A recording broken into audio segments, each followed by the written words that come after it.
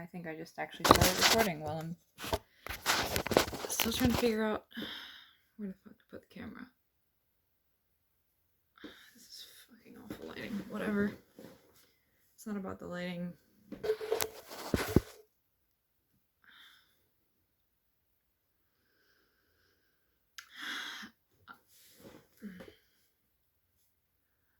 I initially had planned to try to do this video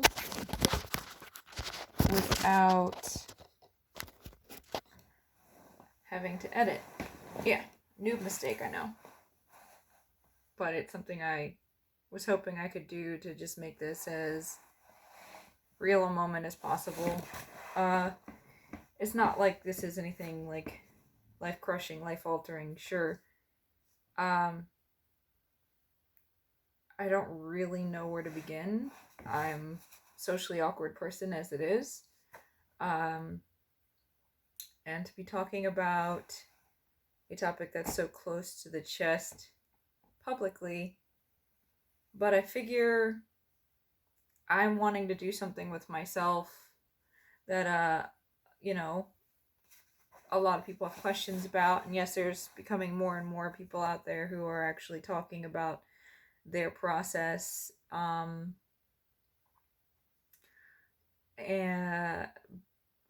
I'm not entirely sure my situation is terribly unique. It's just I haven't really seen anyone out there quite yet who's choosing to go the route that I'm going. So what am I talking about? I've decided to go on tea. For those of you who are new to the whole jargon and community, tea is testosterone. It's what you take when you decide that you want to transition to the opposite sex as a female, going to male. But I don't have the intention of completely transitioning. And I guess a lot of people make that decision, which I found out when talking to the clinician, is that they choose to keep some traits, sometimes, a lot of times. And I don't know if that's just a what am I looking for? What word am I looking for? The result of not wanting to part with something you're so used to. I doubt it's that, though, because if that were the case, nobody would decide to transition, period. I want to stop somewhere near midway. My goal is actually to be as androgynous as I can be, and there are a lot of people who are like that. I just don't hear anyone talking about it, really. I think there's this one YouTuber named Judas. That's the name he's going by now, that he's decided to make the halfway transition. I don't know if he stopped halfway or if he even went on tea, or is just living as an unaltered trans man. God, this is why people edit. It's because I know what I want to say, I just don't know how I want to say it. Okay, I've got this thing I wrote where I think I articulated well my thought process. And I'm just going to read that, and it's going to be embarrassing as hell. But whatever. Now, here we go. Why is it that it took me so long to acknowledge the realization that I have repeatedly made, both in jests to others and behind closed doors to myself? Why did I accept so many others' definition of me and what is normal for me for so long and so easily. Even now, even now I am forced to wonder if I would put it back in the closet if my beloved expressed... What? Should I really read this? I don't know. You know what? I'll make a second video. I'll read that, and those interested can listen to it. So, when I say I'm going for androgyny, what the hell do I mean? If you don't know what androgynous is, it's the inability to differentiate whether a person is male or female. Also, I've had kind of a preoccupation with hermaphroditism. I can never say that. Hermaphroditism. Maybe that's it. And intersexed people. They are two different things, actually. I'll put the definitions for each in the thing down there. But basically, the gist is being a mix of both male and female genetically. I don't think that I am.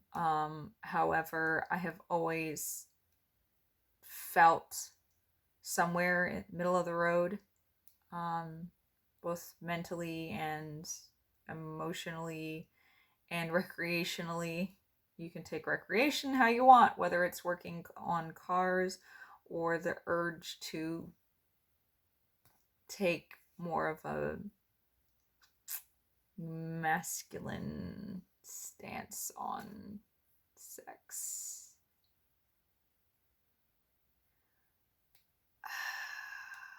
Well, anyway, I finally, I'm old. I'm old as fuck. I mean, I feel kind of like a 17-year-old sometimes on a good day. Hell, even on a bad day, it's just angsty 17-year-old. But I'm old. And it took me a really long time to piece all the puzzle bits together to get to the point where I realized now that it's actually a possibility to do something about the way I feel, maybe I should. And so, yeah, you know, like when I was a teenager, it wasn't really an option to decide to go on T while I was still in puberty. But even then, I wouldn't have wanted to go fully male. So, I don't know that it would have mattered when I chose to do it. I'm choosing to do it now. I decided a month ago to go ahead and start. And I know I'm spoiled in the fact that I have a prescription that's going to be called in by Saturday at the latest.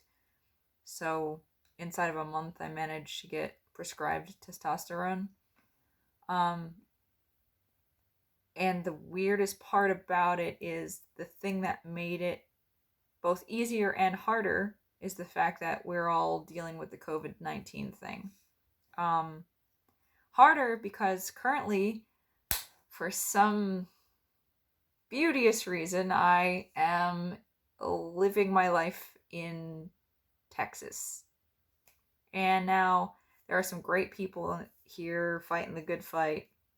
But let's be honest, this is not the most different-minded, person-friendly place. Which is funny because even in my politics, I tend to be a very middle-of-the-road person. I like having liberties. I like the right to choose, and I like the right to bear arms in the very same breath. I know, right? Crazy. But I'm not here to talk about politics, so... But here I am in Texas, and because of the politics here, people whose names won't go mentioned, who have political power, decided to use this virus that is basically a meaner flu as an excuse to shut down a lot of alternative choice medicines, we'll say. I don't know. I know what I believe about freedom of choice when it comes to reproductive rights and gender and transgender rights. But yeah. First, I'm going to assume that if you're watching this video, you're probably trans friendly. If not, whatever. Texas used COVID as an excuse to not allow any new patients who were considering going on testosterone. They just shut that shit down. If you're already on it, fine, you still get your prescriptions and your follow-up appointments. But if you finally came to the head of a over 20-year struggle and decided to finally do something about it right now, it sucks to be you, I guess. Sucks to be me. So I freaked the hell out because I had just finished dealing with another problem with freedom of choice, because Texas decided to use COVID to make things difficult for people with free-thinking brains. So I freaked the fuck out, and my husband, yes, this guy, who is and has been my hero since he entered my life, basically took up the cross, so to speak, and did some digging and really helped me to push through and not just give up at first bluff just because Texas was deciding to make things ridiculous for me. And I ended up basically contacting a facility that I think actually works internationally. I know they mentioned they have people come from all 50 states or reach out to them from all 50 states, but or most of the 50 states. But I think she may have also mentioned that they occasionally get people from out of the country. Don't quote me. But they were willing to make an appointment for me. I called the beginning of May, like May 9th or something. They scheduled my initial appointment for May 15th, and it was going to be via like Zoom, to have an appointment that way, to mind the whole social distancing and quarantine procedures. And then I got called back and told, oops, we can't actually have you have that appointment. You called at this point. We have people who are backlogged who need appointments, so we're going to move your appointment to May 27th, which, if you'll note the date this was uploaded, you'll know that May 27th was just a few days ago. So they called me. We got on Zoom. We had our appointment. I was screened. Well, actually, that call where I made this appointment, I was actually pre-screened, and we went through, my motives and my thought process and the whole thinking behind why I feel like this is the right decision for me. And we basically went over some of that again in the appointment on the 27th. Only now, instead of talking to a screener, I was talking to an actual clinician who had the ability to make medical decisions and prescribe testosterone, which I went through my medical screening, and she asked me again about some of the psycho-emotional reasons for wanting to do this. And at the end of the appointment, she told me, I'm going to go ahead and prescribe testosterone to you, and due to what's going on with COVID, we are actually able to go ahead and call in your prescriptions instead of making you have to come out here to have it prescribed, because travel and everything is being smashed down. So a lot of people aren't able to actually come out for their appointments. And so I guess the medical industry as a whole decided that it's easier and safer to just go ahead and call medications in across the lines, across phone lines, instead of making people travel and risk infection of the COVID, of the super flu, or whatever they're calling it. So yeah, at the end of that appointment, she told me next couple of days we'll have it called into one of these 3 pharmacies you gave us, and that she would send me a timeline sheet for how to titrate my testosterone to effect. I decided to go with gel. One of the trans guys that I watch, he initially started with shots because he was very eager and was thinking that shots were going to work a bit faster. However, this person has anxiety and depression.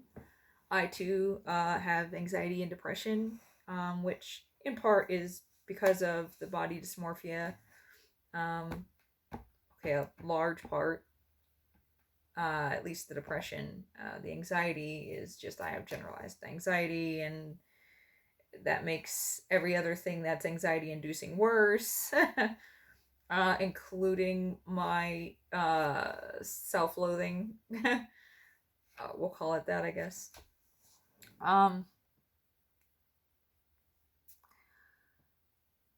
Well, so the shots, when you first inject yourself, your T levels are extremely high, and then they taper off until you're ready for your next shot, whatever, a week, 2 weeks, a month later, depending on what you're on. And it was wreaking havoc emotionally and physically because of the panic attacks it was giving him. And I really don't want to add that into my life. I have enough bullshit trying to give me panic attacks. I really don't need that. So I decided to go with gel because it slowly builds up in your system, and it's a very even dose. It stays in your system very evenly. There's no fluctuating, and I don't need the fluctuating. I have enough roller coasters in my life. So why, people are gonna wonder, well, but I've heard you're so pretty. Why would you do this? Why would you do that? Same reason people ask me why I wear contact lenses when I wear them. Same reason people ask me why I do all sorts of things with my hair, or the piercings, because it's a part of my identity, and I have the option to. If it wasn't an option, then I wouldn't do it. And if I didn't feel like it was me to do it, I wouldn't do it.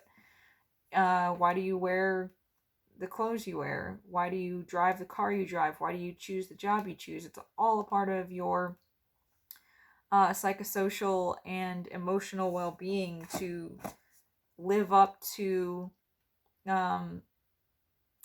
the construct that you have in your head of the better version of yourself, the version of yourself that you want to be versus the version of yourself you think you are. There's the me I want to be, and then there's the me that I think I am, and then there's the me that I actually am. And I'm borrowing some of this from a good talking to I got from my husband on how to dig a little deeper and try to stop being down on myself about what I think I am versus where I think I should be and who I think I should be. So I'm taking the steps I can take to be closer to the me I want to be, the best me I can be. And what I can't change or what I can't do, I will have to do some soul searching about. And it's interesting, it always bothered me. I don't know if bothered me is the right way to put it, but with the ability to change things you don't like about yourself, you're not really forced to do the emotional and mental work. And I feel like regardless if you're going to change things, maybe you still should do that mental work. A lot of people take the opportunity to change something about themselves as an excuse to not dig down and figure out why they feel the way they feel or what made them want to change that thing about themselves. In a past relationship, my last marriage actually, I changed physical traits about myself to better match what I thought my husband wanted. And I just sounded like so much like a Texan. Oh my God, a twang came out. Sorry, I got so derailed just now. I almost feel like I should just stop talking posh just to fix the fact that I just sounded so bloody Texan. Oh. What you sound like should be a choice, not a birthright. Oh. What the hell was I saying? Oh, for the love of God, I'm gonna have to rewind this to know what the hell I was talking about. Welcome, people. I'm a space case. I'm a nerd. I'm a space case. I'm awkward. I sometimes truly think I might have the tisms.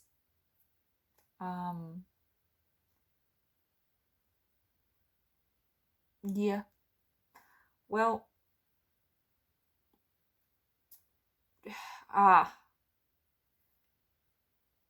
fitting my ex-husband's template.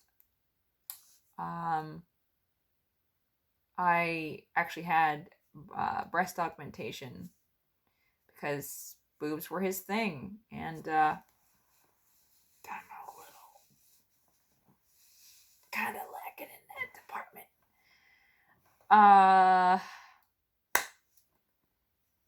Yeah, I don't even want to really go into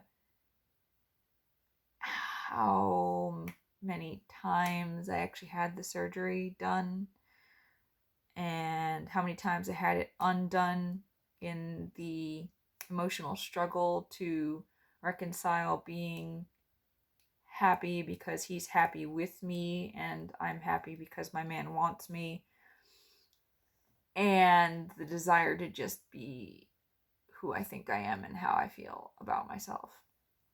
God, this is 22 minutes. If you're still listening,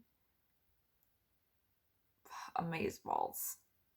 And I just said that.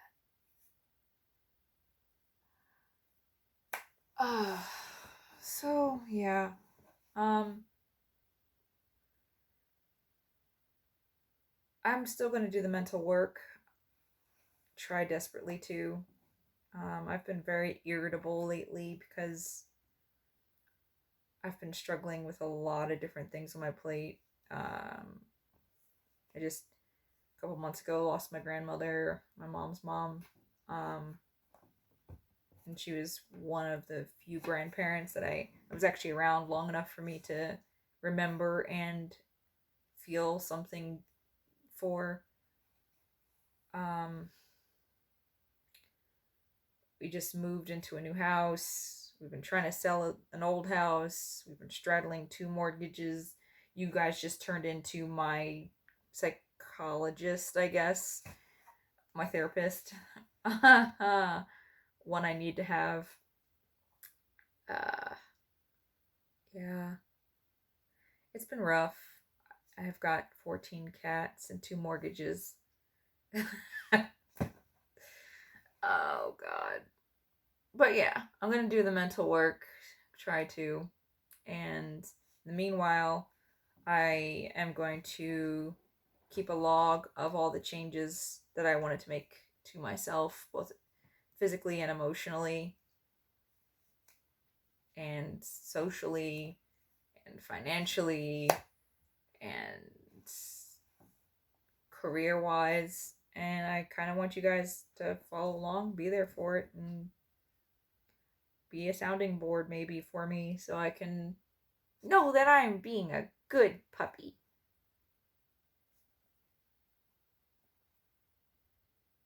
Okay.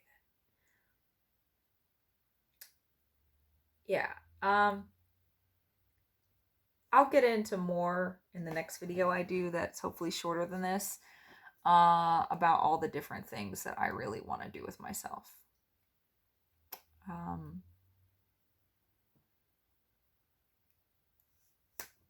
Well, thanks for sticking around to the end of this crap.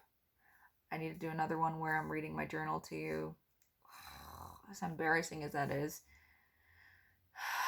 And another one where I go bullet by bullet what it is I want to do with myself.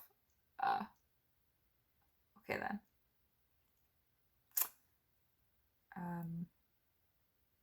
Maybe I'll read a book to you guys. Look at this wonderful, beauteous bookshelf and the Chewy boxes. This is not a commercial for Chewy. However, I do use them.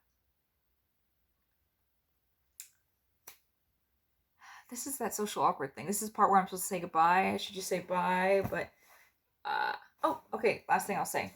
It's, well, technically voting season, and I decided to break this oldie but goodie on out of the closet. Yeah. If only I could actually vote for him. Alright, guys. Whatever. I don't know what else to say. I'm gonna hit the off button. Ciao.